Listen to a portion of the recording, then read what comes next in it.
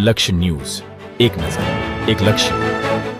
ખેડૂતો બાગાયતી ખેતી કરીને મેળવી રહ્યા છે આવક. ખેડૂતો ખેતી કરી આવક મેળવે છે ત્યારે તેમને વધુ આવક મળે તે માટે સરકાર દ્વારા વિવિધ ખેડૂતલક્ષી યોજનાના ભાગરૂપે લોન અને સારી એવી સબસિડી અપાતી હોવાનો લાભ લઈ આજના ખેડૂતો રોકડિયા પાક તરફ વળ્યા છે.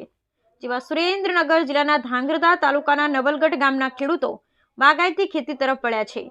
ખેડૂતોના જણાવ્યા મુજબ તેઓ પહેલા મુખ્યત્વે એરંડા, કપાસ જેવા પાકો પર નિર્ભર રહેતા, જેમાં પૂરતું વળતર કે પોષણક્ષમ ભાવો મળતા, જ્યારે જિલ્લા બાગાયત ખેતીવાડીના અધિકારીઓ દ્વારા માર્ગદર્શન અને આધુનિક ટેકનોલોજી થકી સાથે સરકારી સહાય દ્વારા આજે ટેટીનું ઉત્પાદન કરી અને પહેલ કરતા 1.5 ગણીથી બમણી આવક મેળવી રહ્યા છે.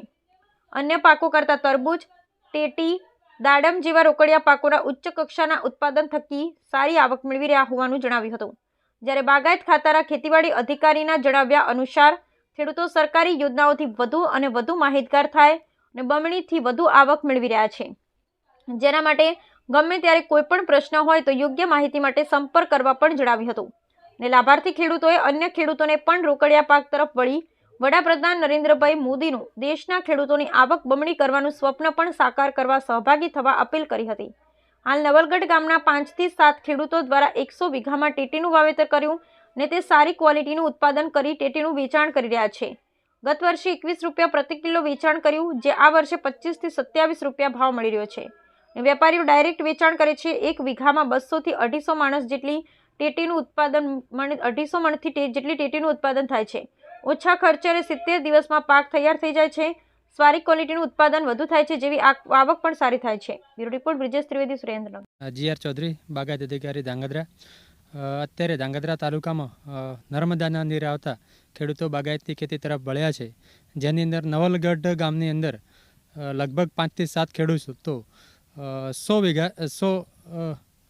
વીઘાની અંદર ટેટીનું વાવેતર કરી ટેટીની અંદર મલ્ચિંગ છે, ગ્રો કવર છે, સારી વેરાયટી છે, વાવેતર કરી અને બહુ સારી એવી ક્વોલિટી તૈયાર કરી અને લગભગ 25 રૂપિયાની એવરેજથી વેચાણ કરતા થયા છે. અને બાગાયત ખાતા દ્વારા મલ્ચિંગ છે, બાગાયતની નવી યોજના છે ગ્રો કવર, જેની અંદર ખેડૂતોને સહાય બી ચૂકવવામાં આવે છે. નામ પટેલ પ્રકાશકુમાર રતિલાલભાઈ, ગામ નવલગઢ, તાલુકો ધાંગધ્રા, જિલ્લો સુરેન્દ્રનગર. બાકી અત્યારે કે કપાસનું વાવતા હતા 7 થી 8-10 મણિયા વીઘા આવતા હતા, 100 મહિનાનો પાક. અને આ ટેટી અમે ગ્રો કવર ને મલ્ચિંગ ઉપર કરવી છીએ. આમાં વીઘે 200 થી 250 મણનો ટાર્ગેટ આવે છે. જઈ સાલ 21 રૂપિયાનું બજાર આવ્યું હતું કિલો દીઠ, 26 રૂપિયાનું બજાર આવ્યું. અમને આમાં બેનિફિટ સારું મળે છે. કેટલા વીઘામાં વાવેતર? આ વાવેતર અહીંયા 8 વીઘાનું છે, કુલ મારે 24 વીઘાનું વાવેતર છે ટેટીનું.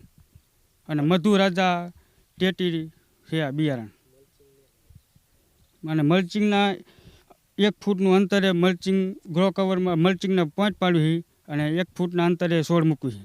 સરકારની કઈ સબસિડી મળી? હા, ગ્રો કવરમાં સબસિડી મળે છે. મારું નામ ચાવડા ચેતનભાઈ ઘનશ્યામભાઈ છે, ગામ નવલગઢ, તાલુકો ધાંગધ્રા, જિલ્લો સુરેન્દ્રનગર. પહેલાં છે ને અમે કપાસનો પાક વાવેતર કરતા હતા, પણ કપાસમાં પાક નિષ્ફળ જવાથી, વધારે વરસાદ થવાથી પછી અમે બાગાયત તરફ વળ્યા. બાગાયતમાં અમે ટેટીનું વાવેતર કર્યું છે. ટેટીમાં અમને વીઘે 200 મણની એવરેજ મળે છે અને 25 રૂપિયા અમે ભાવે વેચેલી છે. અમે આર્યુને 10 વીઘાનું વાવેતર કરેલું છે ટેટીનું. એમાં એવરેજ અમને 200 મણ મળે છે અને 25 રૂપિયાના ભાવ મળે છે. અને અમદાવાદના સીધા વેપારી અમને ક્વોન્ટિટી જોઈ અને સીધા જ અહીંયા અમારે વાડીએ બેઠા લઈ જાય છે. અને ભાવ સારો, ઉત્પાદન સારું અને કપાસ કરતાં અમને આમાં વધારે બેનિફિટ મળે છે. બીજા ખેડૂતને કહેવાનું મારું એટલું જ થાય છે કે બાગાયત તરફ વરો, જેની નફાવરી આમાં વધારે છે. ઓછા 70 દિવસનો આ પાક છે, 70 દિવસમાં પાકીને તૈયાર થઈ જાય છે અને ઉત્પાદન બહુ મોટું આવે છે. મારું નામ સુરેશભાઈ લાલજીભાઈ પટેલ, મારું ગામ નવલગઢ, તાલુકો ધાંગધ્રા, જિલ્લો સુરેન્દ્રનગર.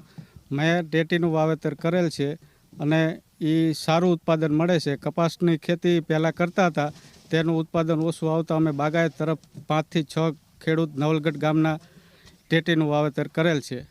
અને મેં 8 વીઘાનું વાવેતર કરેલ છે અને 25 રૂપિયે કિલો વેચાણ કરેલ છે. કેટલું ઉત્પાદન મળે? વીઘે 200 થી 250 મણ નીકળે છે.